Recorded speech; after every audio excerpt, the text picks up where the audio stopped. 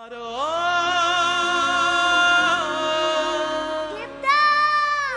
এখানে অনেক মান অভিমান হবে, আমাদের আর এখানে কোনো দরকার নেই। হ্যাঁ চলো, এখন তো এই বিশাল সম্পত্তি আমাদেরই সামলাতে হবে, আর তাছাড়া এই বেকার নাটক দেখে আর লাভ কি বলো? চলো চলো।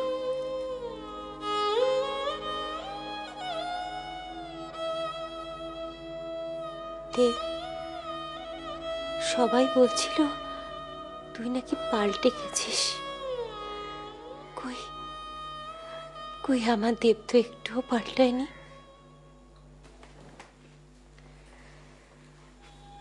তোমাদের কাশি পৌঁছে দিয়ে আমার মুক্তি, এই সংসার থেকে, মুখার্জি বাড়ি থেকে। কিন্তু বাবা, তোর কি করে চলবে বলতো? দেব, এই টাকাটা তুই রাখ, আমাদের প্রয়োজন বড় সামান্য রে। আজ তুই আমাদের যে সুখ দিলি তাতেই আমাদের বুক ভরে থাকবে রে সারা জীবন।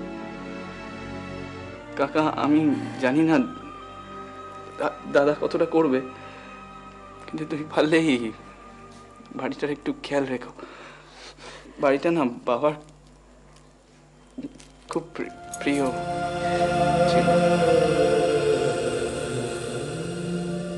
শোনো না, এই টাকাটা তুমি রাখো, এটা আমার লাগবে না, আমার চলে যাবে, ভেবো না।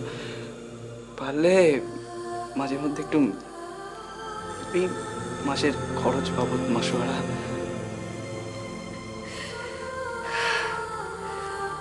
আমরা সবাই যদি একটু তোর মতো করে ভাবতে পারতাম দেব, তাহলে হয়তো আজকে আমাদেরকে এইভাবে ভেঙে টুকরো টুকরো হয়ে ছড়িয়ে পড়তে হতো না রে।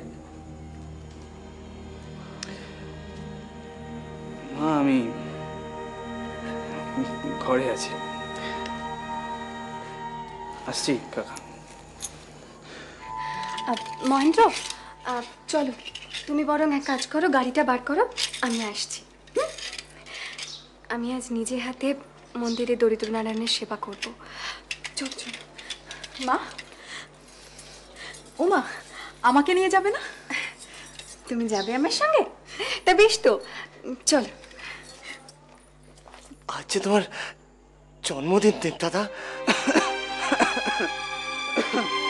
আমার আবার জন্মদিন, ভালো বলেছিস দেব দাদা। দেখো, মেসের ঠাকুরকে বলে তোমার জন্য পায়েস রান্না করেছি। তোমার মনে নেই কিনিমা নিজের হাতে তোমায় পায়েস করে খাওয়াতেন?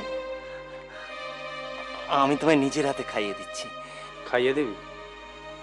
বেশ তো, দে না, দেখবি হয়তো এটাই আমার শেষ জন্মদিনের পরমান্ন।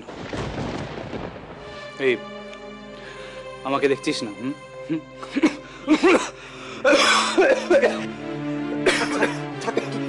তোমার আর খেতে হবে না,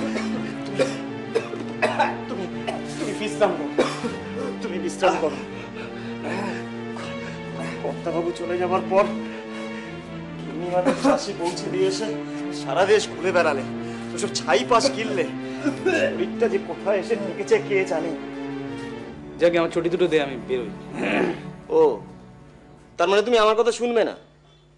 দেখো দেখো, ডাক্তার বলেছে তুমি যদি আর একবার ওইসব ছাই পাশ খাও তাহলে সর্বনাশ হয়ে যাবে। দাদা, তোমায় আমরা ধরে রাখতে পারবো না। আমি তো বাঁধনটা কাটতেই চাই, তবে ভয় পাস না, আমি আজকে আর ওসব খাবো না। তবু একবার তার কাছে যেতে হবে, তাকে কথা দিয়েছি। কার কাছে? পারদিদির কাছে? হ্যাঁ, ওর কাছে, কিন্তু এই অবস্থায় তো যেতে পারবো না। সুস্থ না হয় তার কাছে যাবো কি করে? খাবো না আমি, তুই ভয় পাস না, সর।